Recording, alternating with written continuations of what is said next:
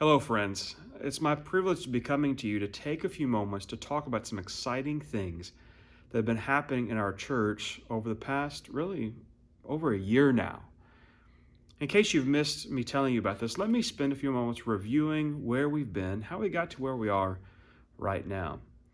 As I came to serve as your pastor, one of the commitments I made was to not only get our staff team together, but to be seeking a vision for where God will be leading us in the days ahead. So once God blessed us with getting all of our team in place, I grabbed other pastors and we spent some time going away and really thinking about what the Lord was doing in our church. We began by looking at our church's mission statement and evaluating what we felt the strengths and weaknesses and areas of improvement are for our church and where God had called us, where He'd equipped us, and what we were to do. Coming out of that, we really felt we had a vision to share with the church, and we spent several months going through those things. We called them the 3Gs, and they're based on our mission statement. The gather in, get ready, go out. Gather in to come into worship, get ready through discipleship, go out in missions. And then last Easter, we shared with you that 80G23 goal, that by Easter 2023, 80% of those who gather in will get ready and go out with the gospel. That's our renewed emphasis on saying that we will be a church that, one, welcomes people, encourages people to come in, that we will be growing in our faith, but our end goal will be fulfilling the Great Commission, be going out and sharing the gospel. We shared this with you. We asked you to go into 40 days of prayer, and we also asked you as a church family if you felt this was where God was leading, and we heard back from you, and we heard that you also saw God's hand in this. So we have been excited to continue to move forward. Over the summer and this fall, we've had a team called the 80G23 team that you elected to be meeting together to work on how will we accomplish this goal. How can we restructure ourselves so that we might be better organized and able to accomplish the goal of missions?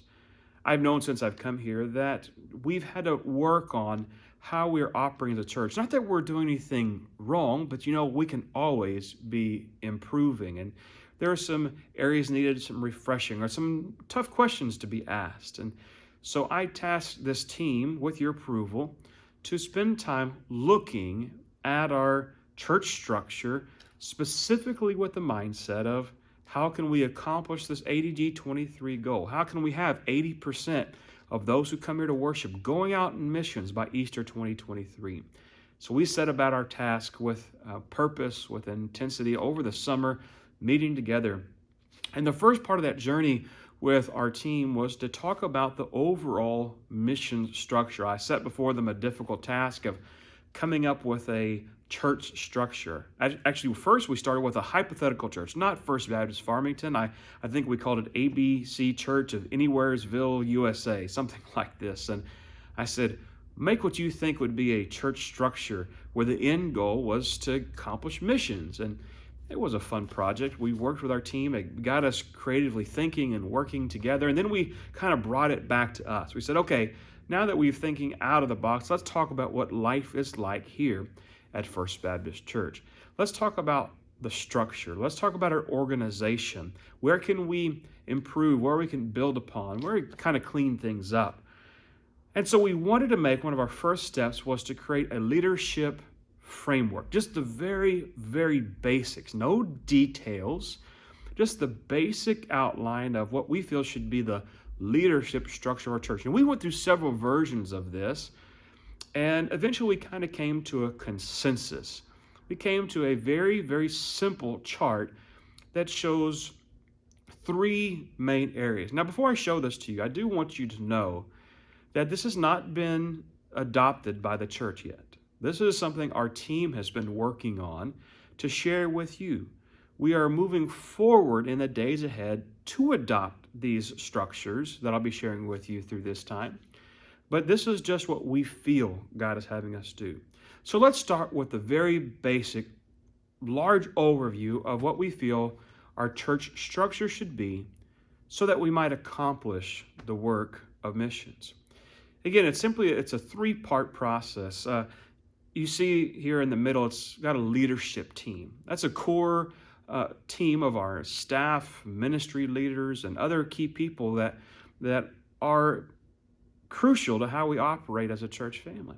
And then you see three main areas, one being the admin team, administration, that's personnel and finance and trustees and things like that. And ministries is obviously the second leg of the stool, if you will, where we focus in on the actual programs, our worship ministry, students, children's, men, women, senior adults, and the like. And then the third leg is missions outreach.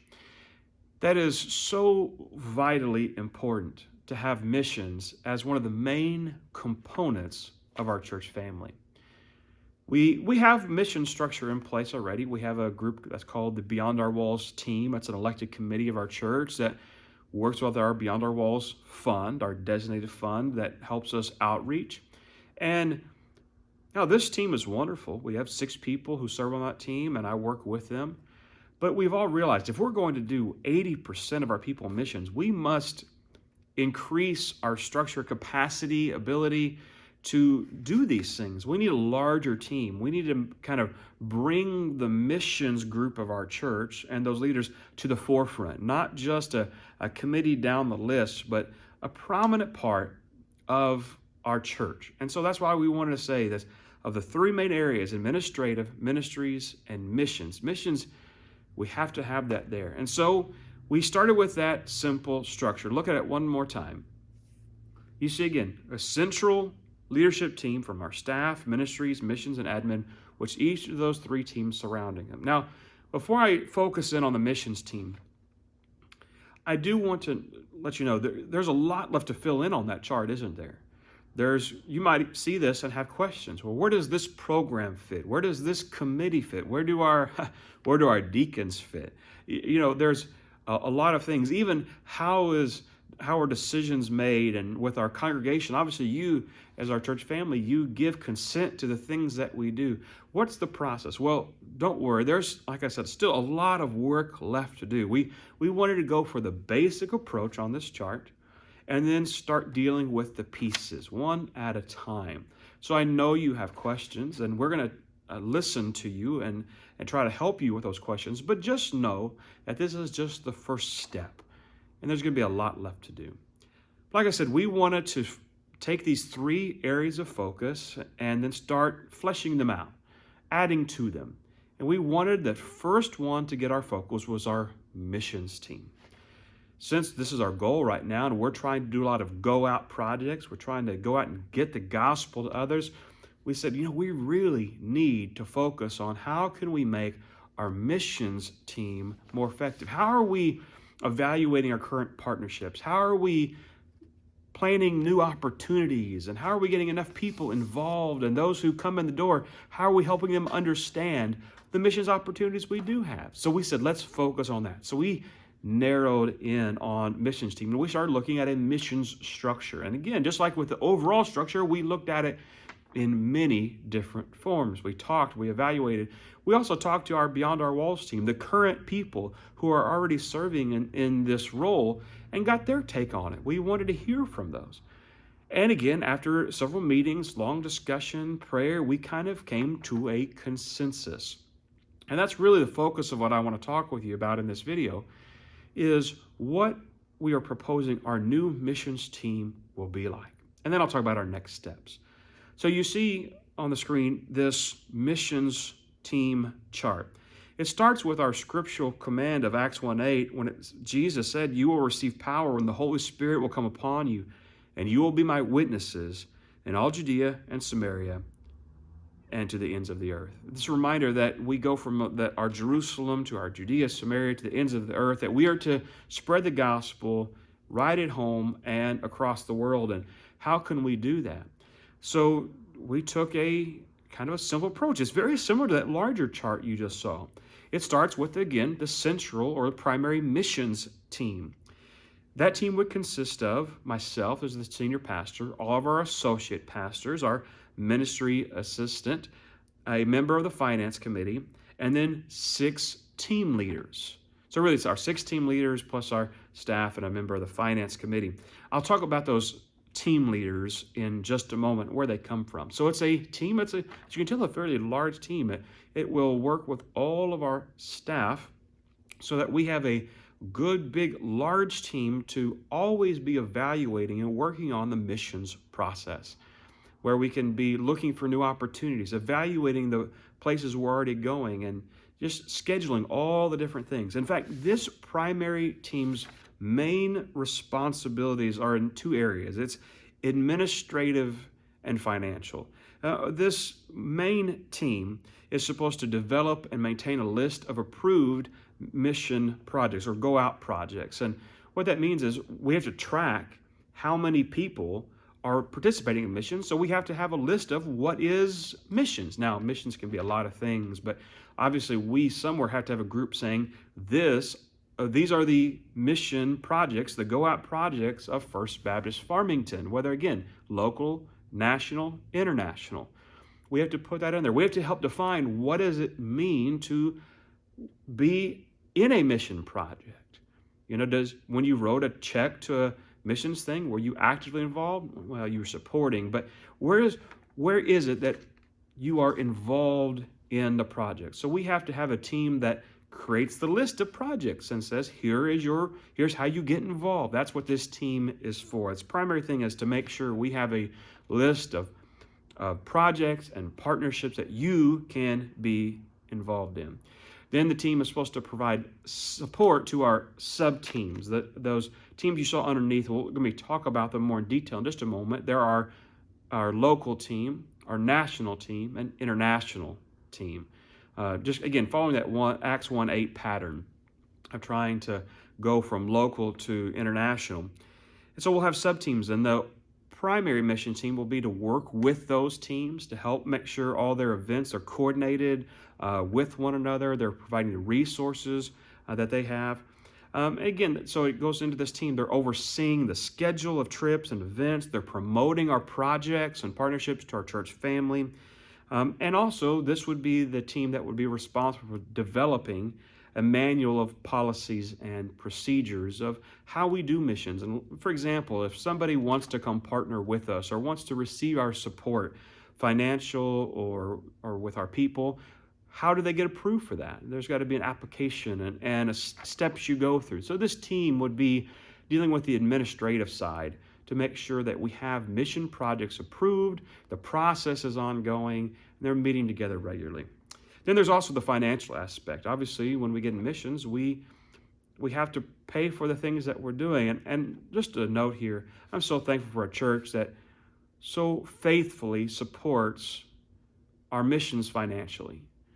Not only do we send a lot of money out to other organizations, and we deal with our Lottie Moon offering and Annie Armstrong offering and so many other things, but we also collect money inside the church in what's called the Beyond Our Walls Fund for outreach opportunities. And we have been able to build that fund to a very healthy level, and we have a good amount of resources. So that's a wonderful thing. This team, the primary missions team, would be ultimately responsible for the expense out of the Beyond Our Walls Fund.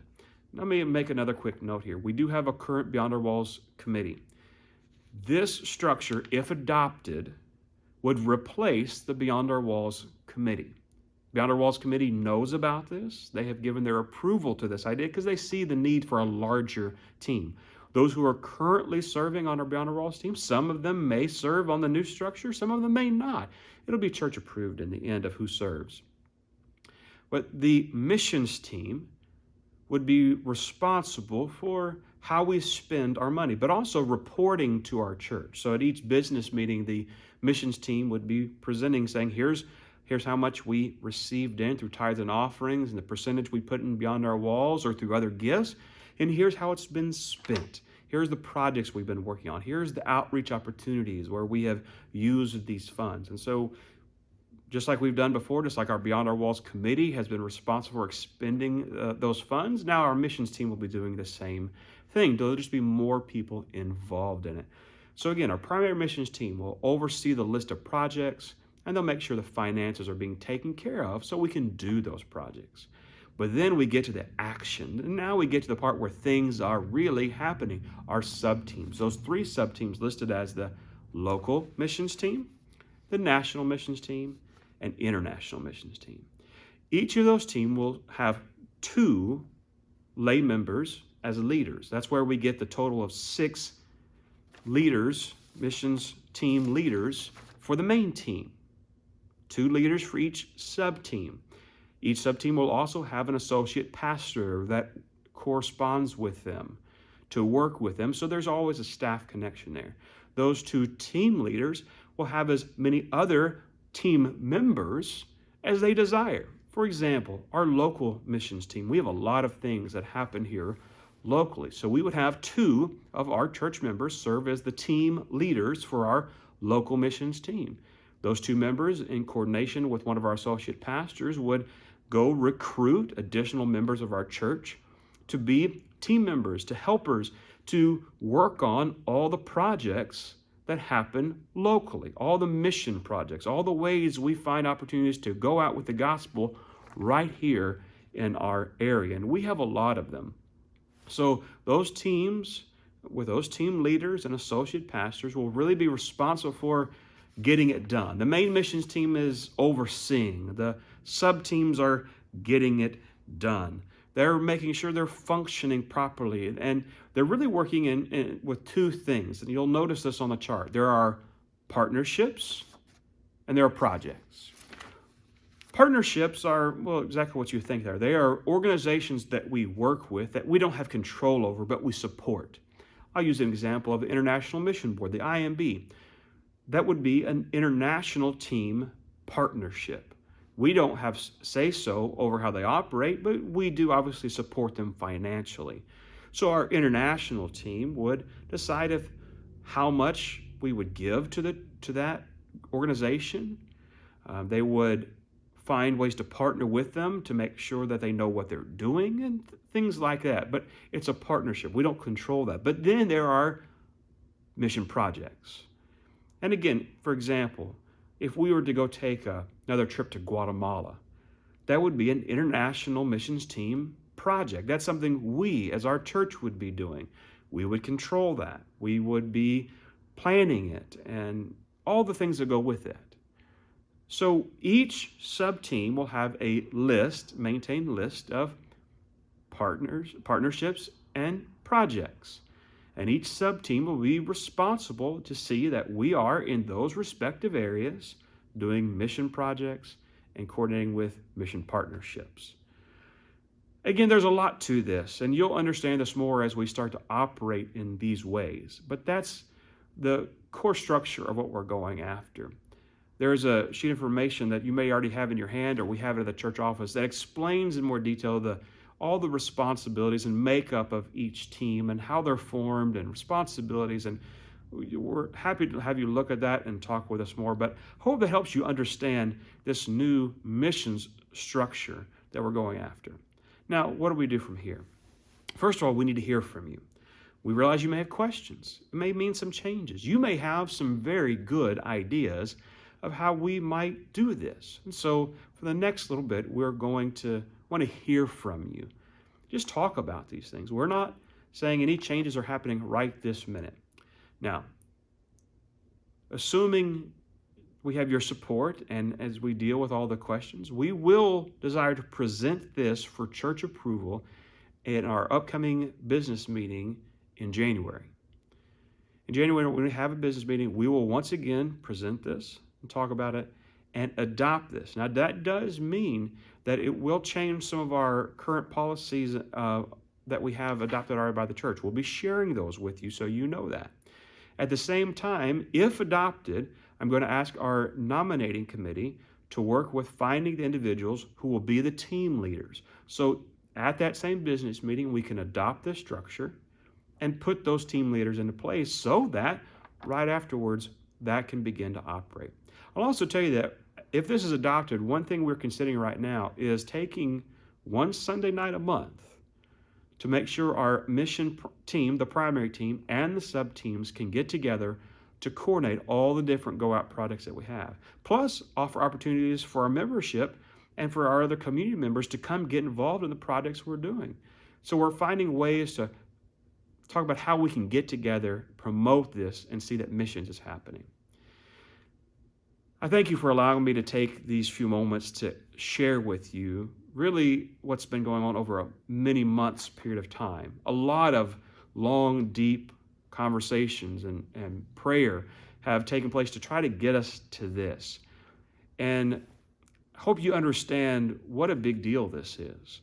I know it's just a chart on a piece of paper, and it may not seem like something huge, but I promise you, getting these structures in place, getting some of these things operating, are key steps to us accomplishing our goals and to seeing the work of missions happening at a whole new level here at our church. So I thank you for your time. I thank you for your support and your prayer. I hope to hear from you. Hope we can talk about this, and hope the Lord leads us forward. Again, we'll be sharing this for comment over the upcoming weeks. We'll be voting on this in January. And then after we do this, just so you know, our ADG team will go back and start looking at those other areas, the ministry team, the admin team, and fleshing out that larger church structure. There's still quite a lot of work to do. So there's more to come and more to talk about. Thank you again for letting me share with you. Thank you. God bless.